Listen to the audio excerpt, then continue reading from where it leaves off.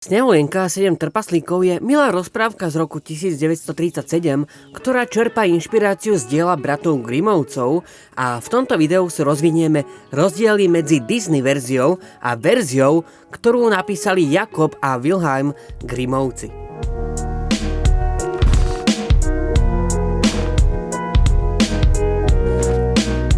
U nich príbeh o Snehulienke bol pomenovaný ako príbeh číslo 53 a jadro dejov bolo rovnaké ako vidíme na obrazovke, s tým rozdielom, že zlá kráľovna si zobrala za muža vdovca, ktorý mal za dceru práve Snehulienku, a tá zlá kráľovna sa každý deň magického zrkadla pýtala, že kto je najkrajšia žena v kráľovstve. Ako náhle Snehulienka dosiahla veku 7 rokov, tak vždy pravdu vraviace zrkadlo prestalo hovoriť meno zlej kráľovnej, ale miesto toho začalo hovoriť meno Snehulienkino. Kráľovna najmä polovníka, aby Snehulienke zobral život a doniesol jej srdce ako dôkaz úspešného lovu. Polovník sa na poslednú chvíľu uvedomí a život mladej princeznej ušetrí, miesto toho doniesie kráľovnej srdce medveďa a ona to srdce zje, v domnienke, že je to srdce Snehulienkino. Snehulienka v panike našla v lese nejaký príbytok, ktorý patril 7 trpaslíkom. Vypije ich víno, poje ich jedlo a pospí si v jednej z ich postelí. Keď trpaslíci prídu z práce, tak zistia, že nič nie je na poriadku a Snehulienku objavia. Tá im všetko vysvetlí, že je na úteku a oni sa nad ňou zľutujú a nechajú si ju ako svoju hostinskú alebo služobnú.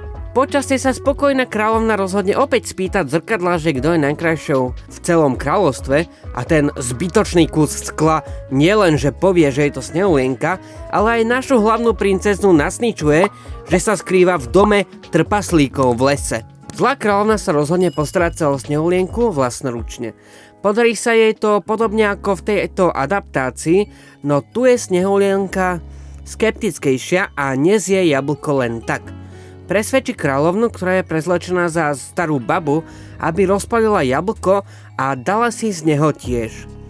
Kráľovna však vedela, že ktorá časť je dobrá a ktorá je zlá, tak si odkusla z tej nezávadnej časti. Snehulienka klasicky upadla do kómy a princ tam došiel, trpaslíci jemu všetko vysvetlili, bosk neprebehol, avšak ako bol uskutočený presun princeznej na pôdu kráľovského cintorínu, tak chlapcom presklená rakva, v ktorej bola Snehulienka umiestnená, spadla, rozbila sa a Snehulienke úplne náhodou vypadol z hrdla kus otráveného jablčka, čím znova nadobudla vedomie.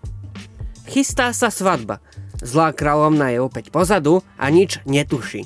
Princ totiž pozval na svadbu celé kráľovstvo okrem zlej kráľovnej, avšak ona sa o tom dozvie a na svadbu aj tak dorazí, taktiež v prevleku klasicky. Snehulienky nastávajúci ju však spozná a Snehurku upozorní.